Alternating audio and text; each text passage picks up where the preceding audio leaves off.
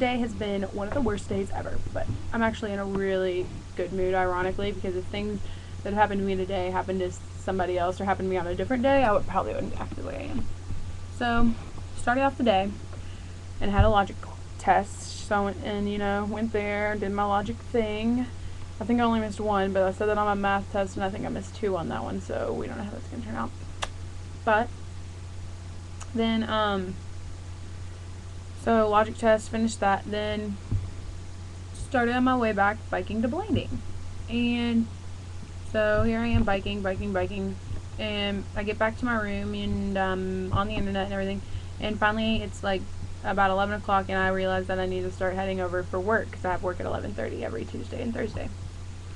So, start heading over that way. Oh, well, no, I'm starting to leave my dorm room when I realized that I haven't seen my phone in the past, I guess, hour or so. And so I was like, oh. So I start checking everywhere. Like, I checked my whole room. I checked my backpack like 5 times. I checked my pockets. It's nowhere.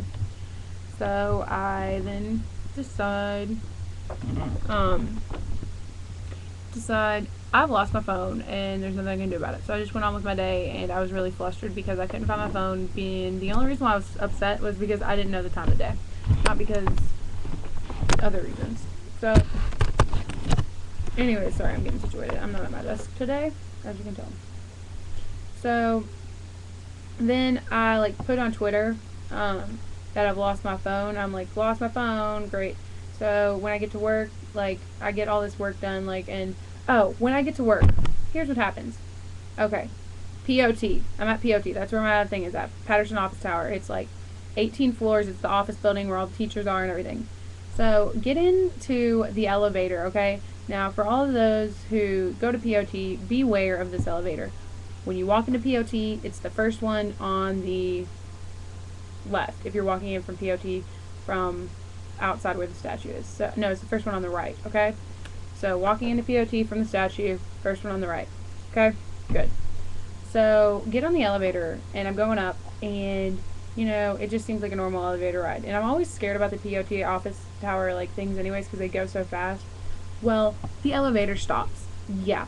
It, jerks really badly, too. Jerks really badly. And it's whew. And I thought it was about to drop. I panicked so much, okay? So I'm just looking, I don't know what to do. I don't want to press the open button because I'm scared that it's going to open or it's going to drop, and I don't even know what to do. So I keep pressing the alarm. I press it 3 times, okay? So I'm and no one's I don't feel like any help's coming or anything. I don't feel like anybody's heard my call, because when I get off the elevator, which is obviously later on in the story, no one's noticed that the alarm's been going off. But I was so panicked that I didn't realize that there's an alarm button and a call button, which you would think that if you're pressing the alarm, the button to the call should go off anyways. So they should probably be a simultaneous button, but it's not. There's a call button and an alarm button. So I was pressing the alarm button and didn't press the call button.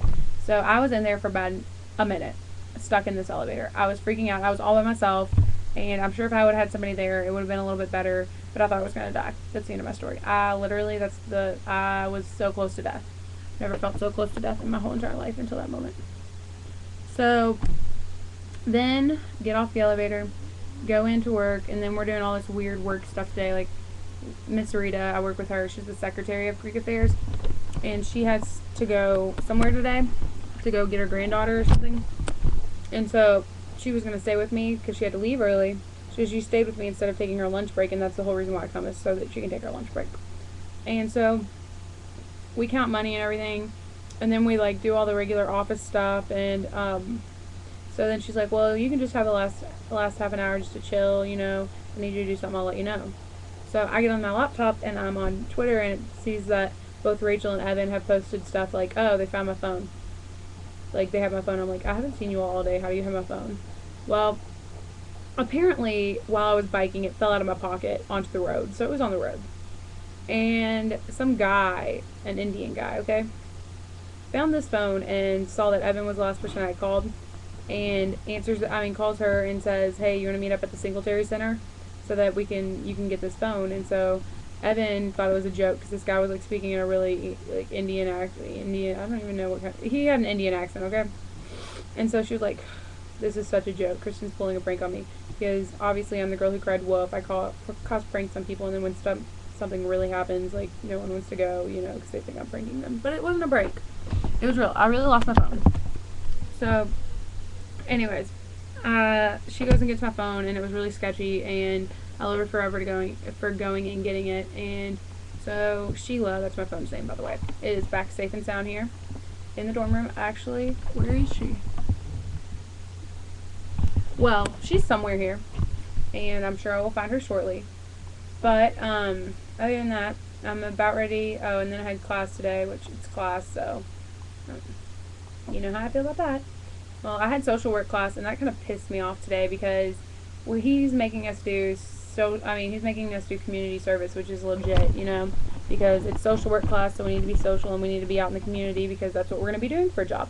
But what pissed me off is that we have to go through the CCO for our community service, and CCO stands for, I don't even know what it stands for, but it's like community outreach, and it's through CSI, which is this Center for Student Involvement, and which is a university-based thing, and so we have to go through that. And I was hoping to get through my 12 hours by going to a homeless shelter.